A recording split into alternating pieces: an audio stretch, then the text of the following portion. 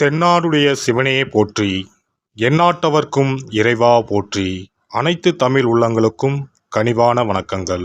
நிகழும் ஸ்ரீ மங்களகரமான குரோதி ஆண்டு ஆடி மாதம் 16ஆம் தேதி வியாழக்கிழமை அன்று துவாதசி திதியில் மிருகசிரிசம் நட்சத்திரத்தில் வியாகாதம் நாமயோகத்தில் தைத்தூலம் கர்ணத்தினில் மகா பிரதோஷம் கூடிய நன்னாளில் இந்த மகத்தான ஆகஸ்ட் மாதம் பிறக்கிறது.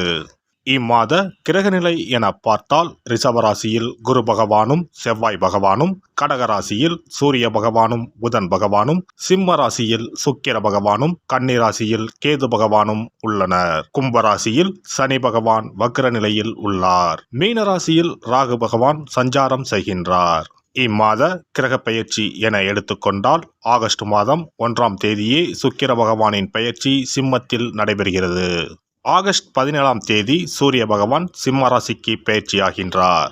ஆகஸ்ட் மாதம் 26ஆம் தேதி செவ்வாய் பகவான் மிதுன ராசிக்கு பெயர்ச்சியாகின்றார். ஆகஸ்ட் மாதம் 26ஆம் தேதி சுக்கிர பகவான் கன்னி ராசிக்கு பெயர்ச்சியாகின்றார்.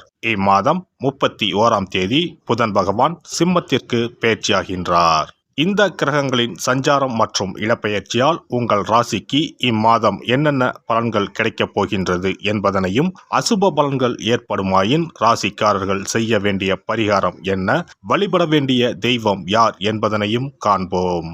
உங்கள் வாழ்வில் வளமும் நலமும் செல்வ செழிப்பும் பெற்று வாழ்வில் உயரிய நிலையை அடைய எல்லாம் வல்ல எம்பெருமானை வேண்டி விரும்பி கேட்டுக்கொள்கிறேன். மகர ராசி அன்பர்களே, இந்த மாதம் சாமர்த்தியமாக பேசி காரியத்தை வெற்றிகரமாக செய்து முடிப்பீர்கள். நீண்ட தூரத்தில் இருந்து வரும் தகவல்கள் நன்மையாக இருக்கும். கூர்மையான மதிநுட்பத்தால் எந்த பிரச்சனையையும் எளிதாக தீர்த்து விடுவீர்கள். பூர்வீக சொத்துக்களில் இருந்த தகராறுகள் நல்ல முடிவுக்கு வரும். தொழில் வியாபாரம் திருப்திகரமாக நடக்கும். பார்ட்னர்கள் ஒத்துழைப்புடன் வியாபாரத்தை விரிவாக்கம் செய்ய முற்படுவீர்கள். ஏற்றுமதி சம்பந்தமான துறையினருக்கு நல்ல லாபம் கிடைக்கும். உத்தியோகத்தில் இருப்பவர்களுக்கு வீண் அலைச்சல் ஏற்பட்டாலும் எடுத்த வேலையை எப்பாடுபட்டாவது செய்து விடுவீர்கள். புதிய வேலைக்கு முயற்சிப்பவர்களுக்கு சாதகமான பலன் தரும். குடும்பத்தில் கணவன் மனைவிக்கு இடையே இருந்த மனஸ்தாபங்கள் நீங்கி ஒற்றுமை உண்டாகும். பிள்ளைகள் நீங்கள் சொல்வதை கேட்டு நடப்பது மன திருப்தியை தரும். உறவினர் நண்பர்களிடம் நற்பெயர் எடுப்பீர்கள். பெண்களை பொறுத்தவரை இம்மாதம் உங்களது ஆலோசனையை கேட்டு குடும்பத்தில் இருப்பவர்கள் செயல்படுவார்கள். ஆன்மீகத்தில் நாட்டம் உண்டாகும். வீண் அலைச்சல் ஏற்படலாம். மாணவர்களை பொறுத்தவரை தொழில்நுட்ப கல்வியில் ஆர்வம் உண்டாகும். புதிய வகுப்புகளில் சேர முயற்சிகள் மேற்கொள்வீர்கள். அரசியல் துறையினர் எடுக்கக்கூடிய ஒப்பந்தங்களை நன்றாக ஆராய்ந்து முடிவுக்கு வர வேண்டும். வெளிநாட்டு ஒப்பந்தங்களை பெறுவீர்கள். லாபம் பெருகும். மேலிடத்தின் கனிவான பார்வை கிடைக்கப் பெறுவீர்கள். கலைத்துறையினரை பொறுத்தவரை நிதானத்தை கடைபிடிக்க வேண்டும். தேவைகளை பூர்த்தி செய்யும் வகையில் வருவாய் வரும். சோதனைகள் வெற்றியாக மாறும். உங்கள் செயல்பாடுகள் மற்றவர்களை கவரும். உல்லாச பயணங்களில் நாட்டம் செல்லும். நட்சத்திர பலன்கள். உத்திராடம் நட்சத்திரம். இந்த மாதம் பொறுமையுடன் செயல்பட வேண்டிய மாதம். வியாபாரிகள் மறைமுக போட்டிகளால் நெருக்கடிகளை சந்திக்கலாம். கவனமாக செயல்பட்டால் லாபம் இரட்டிப்பாகும். இதுவரை குடும்பத்தை விட்டு பிரிந்திருந்த பிள்ளைகள் வந்து சேர்வார்கள். அயல்நாட்டில் இருந்து நல்ல செய்திகள் வந்து சேரும். தந்தை மகன் உறவு சுமூகமாகும். திருவோணம் நட்சத்திரம். இந்த மாதம் ஊழியர்கள் நினைத்த இடத்திற்கு மாறுதல் பெறுவார்கள். தங்க நகை வியாபாரிகள் நல்ல லாபத்தை பெறுவார்கள். அதே நேரம் பணியாளர்களிடம் கவனமாக இருக்க வேண்டும். வியாபாரிகள் நல்ல நிலையை அடைவார்கள். வேலை தேடும் இளைஞர்களுக்கு எதிர்பார்த்தபடி வேலைவாய்ப்புகள் வந்து சேரும். அவிட்டம் நட்சத்திரம். இந்த மாதம் திருமணத்திற்கு வரன் தேடுவோர் வரக்கூடிய வரன்களை நன்றாக ஆராய்ந்து முடிவுக்கு வர வேண்டும். தொழில் அதிபர்கள் வெளிநாட்டு ஒப்பந்தங்களை பெறுவார்கள். லாபம் பெருகும். வியாபாரிகள் போட்டியின்றி வியாபாரம் செய்து லாபத்தை பெறுவார்கள்.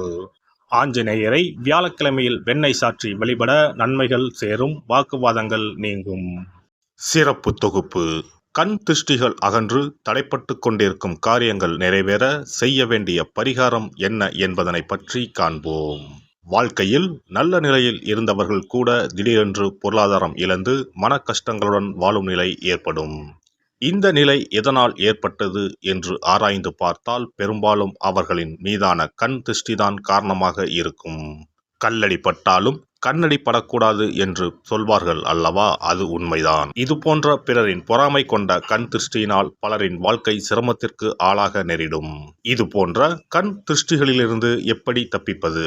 இருக்கவே இருக்கிறது எளிதாக கிடைக்கும் ஊமத்தஞ்செடி. தெய்வ சக்தி நிறைந்த செடியாக கருதப்படும் ஊமத்தஞ்செடியின் காய், பூ, இலைகள் என அனைத்தும் தீய சக்திகள் விரட்ட பரிகாரத்துக்கு பயன்படுகிறது.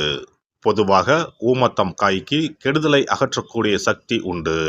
நம் வீட்டில் உள்ள எதிர்மறை சக்தியை அகற்றுவதற்கு ஊமத்தங்காய் தீபம் சிறந்த பரிகாரமாகிறது. தெய்வீக மகத்துவம் நிறைந்த ஊமத்தங்காய் மற்றும் பூவையும் எடுத்துக்கொள்ளுங்கள். வீட்டுக்கு அருகில் இல்லை என்றால் நாட்டு மருந்து கடைகளில் கிடைக்கும். இந்த 2 பொருட்களையும் மஞ்சள் தண்ணீரை கொண்டு நன்றாக கழுவி விடுங்கள். சிறிது நேரம் அவற்றிலுள்ள ஈரம் போக ஆறவிட்டு பிறகு அவற்றை ஒரு மஞ்சள் துணியில் குலதெய்வத்தை வேண்டி ₹1 நாணயத்தோடு சேர்த்து முடிந்து வீட்டின் நிலைப்படியில் கட்டி தொங்க விடுங்கள். இந்த முடிச்சை வெள்ளிக்கிழமை அல்லது ஞாயிற்றுக்கிழமைகளில் தயார் செய்து வாசல் படியில் கட்டுவது சிறப்பு. தினமும் வீட்டில் தீபம் ஏற்றி காண்பிக்கும் போது இந்த முடிச்சுக்கும் காண்பிக்கவும். இதேபோல் ஊமத்தம் இலைகள் கிடைத்தால் அந்த இலைகளை சுத்தமான மஞ்சள் தண்ணீரில் கழுவிவிட்டு அவற்றை கொண்டு வீட்டில் இருக்கும் விநாயகருக்கு திங்கள் கிழமைகளில் தொடர்ந்து அர்ச்சனை செய்து வர வேண்டும். ஊமத்தம் பூவையும் விநாயகருக்கு சூட்டலாம். 3 வாரங்கள் தொடர்ந்து திங்கள் கிழமைகளில் விநாயகருக்கு ஊமத்தை இலையால் அர்ச்சனை செய்து ஊமத்தம் பூவை சூட்டி வழிபட்டால் வீட்டில் உள்ள கெட்ட சக்தி நடமாட்டம் மற்றும் கண் திருஷ்டிகள் தீரும். ஊமத்தம் செடியும் சிவபெருமானுக்கு உகந்த இலை ஆகும். இந்த ஊமத்தங்காய் வைத்து சிவபெருமானுக்கு தீபம் ஏற்றி வழிபடுவதன் மூலம் நமது பிரச்சனைகளில் இருந்து எளிதாக விடுபட முடியும். முதலில் 2 ஊமத்தங்காய்களை எடுத்துக்கொள்ள வேண்டும். அவற்றின் மீது முட்கள் இருப்பதால் மிகவும் கவனமாக கையாள வேண்டும். ஊமத்தங்காயின் காம்பு பகுதிகளை வெட்டி கொண்டு கத்தியை பயன்படுத்தி ஊமத்தங்காயின் உள்ளே இருக்கும் விதை பகுதியை முழுவதுமாக நீக்கிவிட வேண்டும். பின்னர் 2 அகல் விளக்குகள் மற்றும் விளக்கு வைப்பதற்கான 2 தட்டுகளை எடுத்து சுத்தம் செய்து அவற்றிற்கு மஞ்சள் குங்குமம் போட்டு வைத்துக் கொள்ள வேண்டும். பின்னர் 2 தட்டின் மீதும் ஒவ்வொரு அகல் விளக்கை வைத்துக் கொள்ள வேண்டும். அதன் பிறகு எப்போதும் பூஜை செய்வதற்கு வைப்பது போன்ற வெத்தலைப்பாக்கு, பழம் போன்றவற்றை வைத்துவிட்டு 2 விளக்குகளையும் ஏற்றி சிவபெருமானை மனதார வேண்டிக் கொள்ள வேண்டும். எனக்கு இருக்கும் பிரச்சனைகள் அனைத்தும் தீர்ந்து இன்பமான வாழ்க்கை கிடைக்க வேண்டும் என வேண்டிக் கொள்ள வேண்டும். இந்த பூஜையை வெள்ளிக்கிழமை அன்று தொடங்கினால் தொடர்ந்து 9 வெள்ளிக்கிழமைகள் செய்ய வேண்டும். ஊமத்தங்காயின் மீது எவ்வாறு முட்கள் இருக்கிறதோ அதுபோல நமது வாழ்க்கையில் இருக்கும் முட்கள் போன்ற பிரச்சனைகளை அவை தீர்த்து வைக்கின்றன. இந்த பூஜையை நாம் தொடர்ந்து செய்து வருவதால் நம் மீது இருக்கும் கண் திருஷ்டிகள் அகன்றுவிடும். தீராத துயரங்கள் தீர்ந்துவிடும். பணம், நகை நம்மிடம் பெருகி வரும். சிலருக்கு கையில் சுத்தமாக பணம் இருக்காது. வறுமை தாண்டவமாடும். கடன் தொல்லையால் கஷ்டப்படுவார்கள். பண பிரச்சனையில் சிக்கி கொண்டிருப்பவர்கள் இந்த தீபத்தை ஏற்றினால் 3 வாரங்களில் நல்ல பலனை பெற முடியும். தொழிலில் நல்ல முன்னேற்றம் இருக்கும். கடன் பிரச்சனைகள் தீரும். உறவினர்களிடையே பகைமை இருந்தால் அவையும் மறைந்துவிடும். நோய்வாய் உள்ளவர்கள் இந்த தீபத்தை ஏற்றுவதன் மூலம் நல்ல பலனை பெற முடியும். பொதுவாகவே எந்த பரிகாரம் என்றாலும் அதை முழு நம்பிக்கையுடன் செய்தால் மட்டுமே முழு பலன் கிடைக்கும் என்பதை நினைவில் கொள்ளுங்கள். எல்லாம் வல்ல இறையருளால் நீங்களும் உங்கள் அன்பு குடும்பமும் உடல் நலம், நீலாயுள், நிறை செல்வம், உயர் புகழ், மெய்ஞானம் ஓங்கி வாழ்க வளமுடன். இந்த வீடியோ பதிவு உங்களுக்கு பிடித்திருந்தால் லைக் பண்ணுங்க, கமெண்ட் பண்ணுங்க, ஷேர் பண்ணுங்க. மறக்காம சப்ஸ்கிரைப் பண்ணுங்க. பக்கத்துல இருக்கிற பெல் பட்டனை கிளிக் பண்ணுங்க. நன்றி, வணக்கம். ஓம் நமச்சிவாய. சிவாய நம.